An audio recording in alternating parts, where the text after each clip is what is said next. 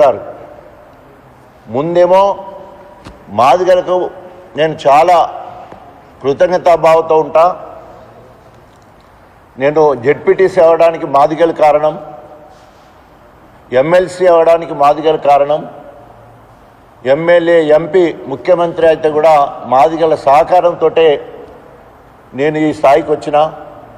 నా వర్గం వాళ్ళు అంటే అగ్రకులస్తులు లేదా నా రెడ్డి వాళ్ళు ఎవరు కూడా నాకు సహకరించకుండా మాదిగల సహకారంతో వచ్చిన వాళ్ళు రుణం తీర్చుకుంటానని మాట్లాడతాడు. కానీ ఆయన చెప్పేది ఒకటి చేసేది ఒకటి లెక్క.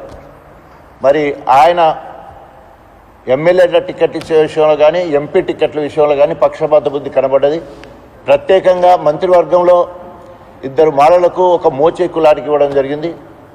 అదేవిధంగా ఎంపీ టికెట్లు వస్తే 2 మాలలకి 1 బైన్లా కులానికి ఇచ్చి మాదిగ కులానికి మొండి చేయి చూపడం జరిగింది. ఇప్పటికైనా ఆయన చిత్తశుద్ధి ఉంటే ఆయన నొసటితోనేమో మాదిగల ముందున్నట్టు వెనుక నుంచి వెళ్ళి మాలలను ఎగేసే కార్యక్రమం చేస్తున్నాడు. దానికి నిదర్శనం మరి వివేక్ వెంకటస్వామి గారు. కారణం ఏంటంటే రాష్ట్రమంతా తిరుగుతూ హైదరాబాద్ డిసెంబర్ 1న మీటింగ్ కూడా పెట్టి మరి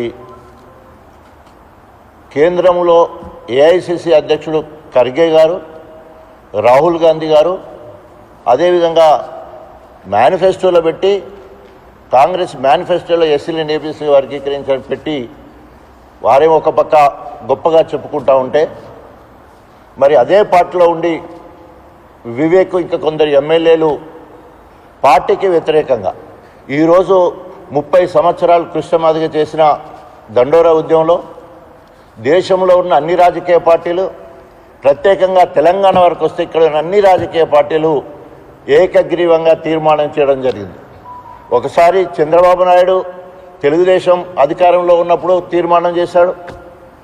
రెండోసారి వైఎస్ రాజశేఖర రెడ్డి గారు ముఖ్యమంత్రిగా ఉన్నప్పుడు తీర్మానం చేశాడు.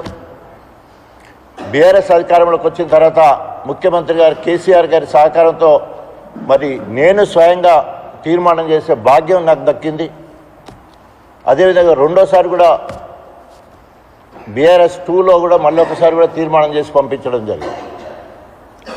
అయితే అప్పుడు 100 రోజుల్లో పూర్తి చేస్తానన్న మోడీ మొండిగా ఎలక్షన్లకు వాడుకోవాలనే ఉద్దేశంతో ఎలక్షన్ల ముందు ఈ కార్యక్రమం అంటే మరి వారి సహకరించడం వల్ల సుప్రీంకోర్టు ముందుబడి అన్ని పార్టీలు వారి వారి తరపున వారి అడ్వకేట్స్ని పంపించి గొప్పగా సుప్రీంకోర్టులో వాదించి మరి చారిత్రాత్మక తీర్పు రావడం జరిగింది. నిజంగా అది మాదిగ ఉపకులాలే కాకుండా ఎస్సీలో ఉన్న 59 కులాలకు సమన్యాయం జరగడానికి ఒక మంచి తీర్పు. 30 సంవత్సరాలు పోరాటం చేసిన కృష్ణమాదిగకు, అసలు బాసిన అమరులకు, మాదిగ వీరులకు మరి దాన్ని ఆ తీర్పును అంకితం చేస్తూ దయచేసి మాలలు ఎదిగిన మాలల ఉచ్చులో పడొద్దు. రెండవది రేవంత్ రెడ్డి 2 నాలుకల ధోరణి ద్వంద్వ వైఖరితోటి మాదిగల మధ్యలో చిచ్చు పెట్టాలని చూస్తున్నాడు. ఇప్పటి వరకు ప్రజాహిత కార్యక్రమాలు చేసి ప్రజాపాలనలో ఒక్క మంచి పని చేసి ఇప్పటి వరకు పేరు తెచ్చుకోలే.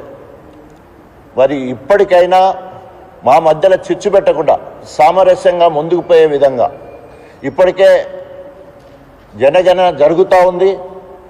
90% వరకు అయిపోయిందని చెప్తా ఉన్నారు. కొన్ని దిక్కులో 100% అయిపోయిందని చెప్తున్నారు. సో ఇప్పటికే మాదిగా సింగిల్ మాదిగా 70% ఉన్నట్టు అంచనాలు బయటకు వస్తూ ఉన్నాయి. మీ వాట మీరు తీసుకోవాలి, మా వాట మేము తీసుకోవాలనే ఒక నిబంధనతో ముందుకెళ్లే కార్యక్రమం. నిజంగా సామాజిక న్యాయం అంటే ఎస్సీలను ఏబీసీలుగా వర్గీకరించడమే. ఎస్సీలను ఏబీసీలుగా వర్గీకరించే వాళ్ళు అంబేద్కరిజానికి వ్యతిరేకం, సామాజిక న్యాయానికి వ్యతిరేకం. ఇక్కడున్న నాయకులు, కాంగ్రెస్ పార్టీలో ఉన్న ఎమ్మెల్యేలు, ప్రత్యేకంగా కడియం శ్రీహరి గారు దాదాపు 94 నుండి 2024 అంటే దాదాపు 94 నుండి 104 30 సంవత్సరాలు దళితులకు మొత్తం కూడా ఆయనే హరించుకుంటున్నాడు. అంటే ఆయనే మొత్తం అందరిది దోసుకుంటున్నాడు. తెలుగుదేశంలో ఉన్నప్పుడు మాదిగ పేరుతోటి 10 సంవత్సరాలు రాజ్యం ఏలిండు. జిల్లా మొత్తానికి ఏకైక మంత్రిగా ఉన్నాడు.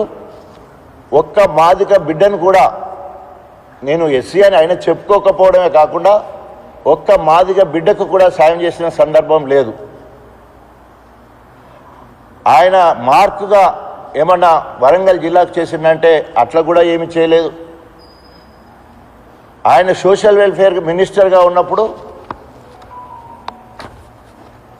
వరంగల్లో ప్రత్యేకంగా మాదిగలను ఒక పక్కనేమో ఎన్కౌంటర్లు, రెండో పక్కనేమో దండోరా ఉద్యమంలో పనిచేసే నాయకులందరి మీద కేసులు పెట్టించి పోలీస్ స్టేషన్లో పాల్చేయడం, నన్నైతే రాసి రంపాన పెట్టడం. నేను ఇవాళ రాజకీయాలకు వచ్చి నేను ప్రజా వైద్యుడిగా ఉండి వైద్యం చేసుకుంటున్న నన్ను మాదిగల ఆత్మగౌరవం కోసం, మాదిగల ఉనికి కోసం, అస్తిత్వం కోసం దండోరాలో పనిచేస్తున్నందుకు కక్షగట్టి మరి ఆనాడు అనేక ఇబ్బందులకు గురి చేయడం జరిగింది. ఏనాడు కూడా దళితుల పక్షపాతి కానీ లేదా మాదిగలకు ఉండడం కానీ చేయలే. మళ్ళీ రెండోసారి బీఆర్ఎస్ ప్రభుత్వంలో ఉప ముఖ్యమంత్రి అయినప్పుడు ఆయన అసలు కులం బయటకు వచ్చి నేను బయన్లా అని చెప్పి మాట్లాడడం జరిగింది. ఇక్కడికి వచ్చి ఇక్కడ కూడా ఒరగబెట్టింది ఏం లేదు. దళితుల కోసం దేవుడు నాకు చిన్న అవకాశం ఇచ్చినా కూడా మాదిగ అస్తిత్వం కోసం, మాదిగ ఉనికి కోసం, ఆత్మగౌరవం కోసం, తెలంగాణ రాష్ట్ర సాధన కోసం అధికార కాంగ్రెస్ పార్టీ ఎమ్మెల్యే పదవికి రాజీనామా చేసి తెలంగాణ జెండా పట్టుకొని మాదిగలు తెలంగాణ ఉద్యమంలో ముందు వరుసలో ఉన్నారని చెప్పే కార్యక్రమం చేసినాం. తెలంగాణ ఏర్పడ్డ తర్వాత తీర్మానం చేయాలంటే, అసెంబ్లీలో తీర్మానం చేయాలంటే కేసీఆర్ గారి ఆశీస్సులతో వారిని ఒప్పించి మెప్పించి ఏకగ్రీవంగా ఎస్సీలను ఏబీసీలుగా వర్గీకరించాలని అసెంబ్లీలో తీర్మానం చేయడం జరిగింది. మూడవది అవకాశం వచ్చింది వరంగల్కి అని చెప్పేసి హెల్త్ యూనివర్సిటీ తీసుకురావడం కోసం సావు నోట్లో తలబెట్టినంత పనైంది నాకు. అయినా కూడా కేసీఆర్ గారిని ఒప్పించి చిరస్థాయిగా వరంగల్లో మరి కాళోజీ హెల్త్ యూనివర్సిటీ, కళాక్షేత్రము, కేంద్ర ప్రభుత్వం ద్వారా 150 సూపర్ స్పెషాలిటీ హాస్పిటల్ తీసుకురావడం జరుగుతుంది. అంటే ఈ మాట ఎందుకు చెప్తున్నానంటే వచ్చిన అవకాశాన్ని మన వ్యక్తిగత ప్రయోజనాలకు కాకుండా జాతి ప్రయోజనాల కోసం, జాతి ఉనికి చాటడం కోసం అనేక కార్యక్రమాలు చేసింది. మరి కడియం శ్రీఆర్ ఏం చేశాడు? 10 సంవత్సరాల బీఆర్ఎస్ ప్రభుత్వంలో ఆయన మూట కట్టుకున్నది నమ్మక ద్రోహి. ఆయన మూట కట్టుకున్న నమ్మక ద్రోహి. ఆయన బిడ్డకు మాత్రం ఎంపీ టికెట్ కోసమే మరి స్వార్థంతో ఆయన రాజకీయాలు చేసిన కానీ ఏ ఒక్క దళిత బిడ్డకి ఇప్పటివరకు ఏనాడు కూడా చేయలేదు.